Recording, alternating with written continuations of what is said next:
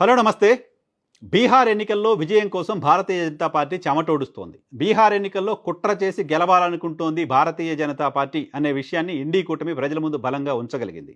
ఎన్నికల కమిషన్ చేసిన తప్పులన్నీ భారతీయ జనతా పార్టీకి చుట్టుకున్నాయి.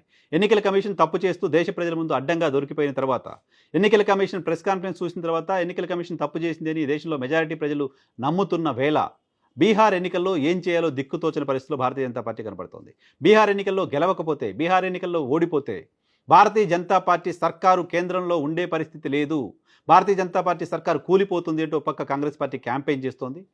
బీహార్లో కనుక ఓడిపోతే నరేంద్ర మోడీ నాయకత్వం వీక్ అయిపోతుంది, నరేంద్ర మోడీని పదవి నుంచి దించేస్తారు అంటూ ప్రచారం భారతీయ జనతా పార్టీలోని కొన్ని వర్గాలు చేస్తున్నాయి.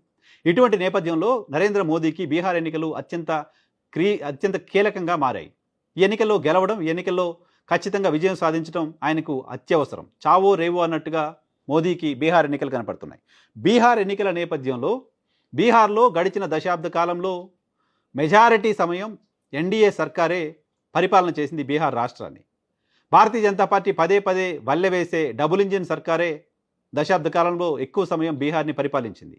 అటువంటి రాష్ట్రంలో ఎన్నికలు జరగబోతున్న సమయంలో ఆ రాష్ట్ర సర్కార్ అయినా లేకపోతే కేంద్రంలో ఉన్న భారతీయ జనతా పార్టీ అయినా అక్కడికి వెళ్ళి ఎన్నికల్లో క్యాంపెయిన్ చేయాల్సింది 10 ఏళ్లలో మేమేం చేసాం బీహార్కి అని, 10 ఏళ్లలో మేమేం చేసాం బీహార్కి అని ఆ రాష్ట్రంలో ఉన్న ప్రభుత్వం కానీ, 10 ఏళ్ళుగా కేంద్రంలో ఉన్న ప్రభుత్వం కానీ చెప్పి ఓట్లు అడగాలి. ప్రజలకు 10 ఏళ్ల కాలంలో ఏం చెప్పి అధికారంలోకి వచ్చారో, ఆ ప్రామిస్లు ఎంత మేరకు ఫుల్ఫిల్ చేశారో ప్రజల కళ్ళ ముందు పెట్టాల్సిన అవసరం ఉంది. గడిచిన 3 టర్ములు కూడా బీహార్ ప్రజలు ఎన్డీఏ సర్కారుకు మెజారిటీ సీట్లను ఇస్తూ వచ్చారు. సో మెజారిటీ సీట్లు ఇస్తూ దశాబ్ద కాలంలో ఎక్కువ సమయం మీకు అధికారాన్ని బీహార్ ప్రజలు కట్టబెడితే బీహార్ ప్రజలకు మీరేం ఒరగబెట్టారో చెప్పి కదా ఓట్లు అడగాలి.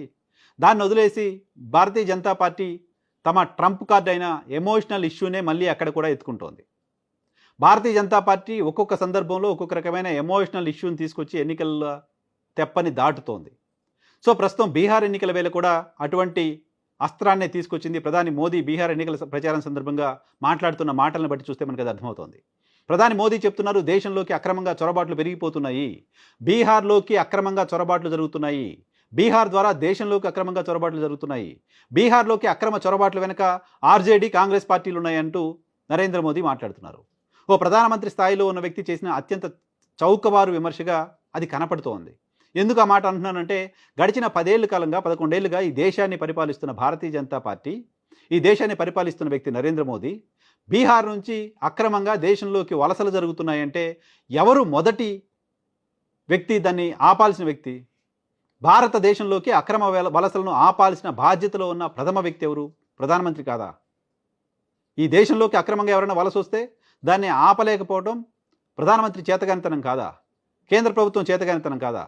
గడిచిన దశాబ్ద కాలంలో 2 ఏళ్ళు కూడా సరిగ్గా బీహార్లో అధికారంలో లేని ఆర్జేడీ, అసలు బీహార్లో అధికారంలో లేని కాంగ్రెస్ పార్టీ అక్రమంగా వలసలను ఏ రకంగా ప్రోత్సహిస్తాయి? ఓ పార్టీలు వలసలను ఎలా ప్రోత్సహిస్తాయి? అక్కడ స్థానికంగా ప్రభుత్వం లేదు, కేంద్రంలో ప్రభుత్వం లేదు.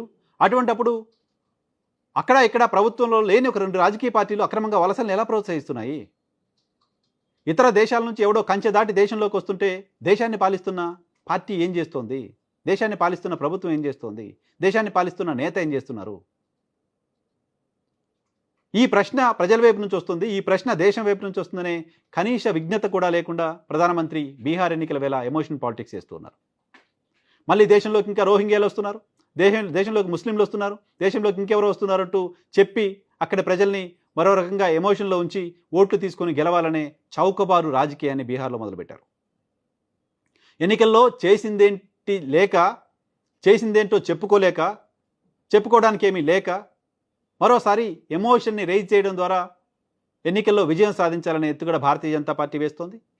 ఇక్కడ అటువంటి ఎత్తుగడ వేయడం ద్వారా గడిచిన కొద్ది రోజులుగా బీహార్లో ఓట్ చోరీ అంశానికి సంబంధించి రాహుల్ గాంధీ పాదయాత్ర చేస్తూ ఉన్నారు. ఇండీ కూటమికి సంబంధించిన నేతలంతా బీహార్లో విస్తృతంగా పర్యటనలు చేస్తున్నారు. చాలా పెద్ద ఎత్తున రాహుల్ గాంధీ అక్కడ చేస్తున్న యాత్రకు ప్రజల నుంచి స్పందన కనిపిస్తోంది.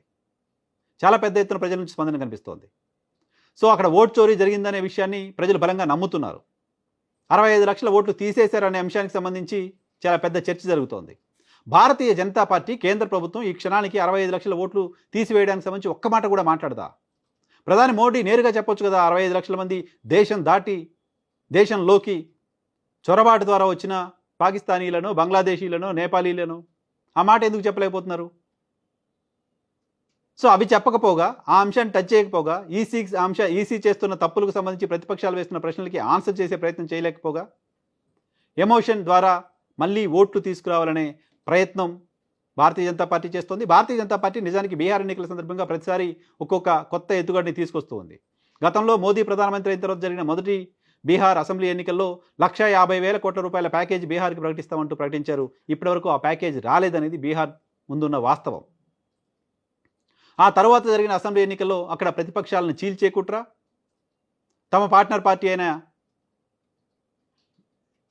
జేడీయూని చీల్చే కుట్ర, జేడీయూని చీల్చి కొత్త ముఖ్యమంత్రిని చేయడం, ఇలా పార్టీలను చీల్చి, పార్టీలను బెదిరించి అక్కడ ఎన్నికల్లో గెలవాలనుకుని అప్పుడు 2 సార్లు కూడా దెబ్బతింది భారతీయ జనతా పార్టీ.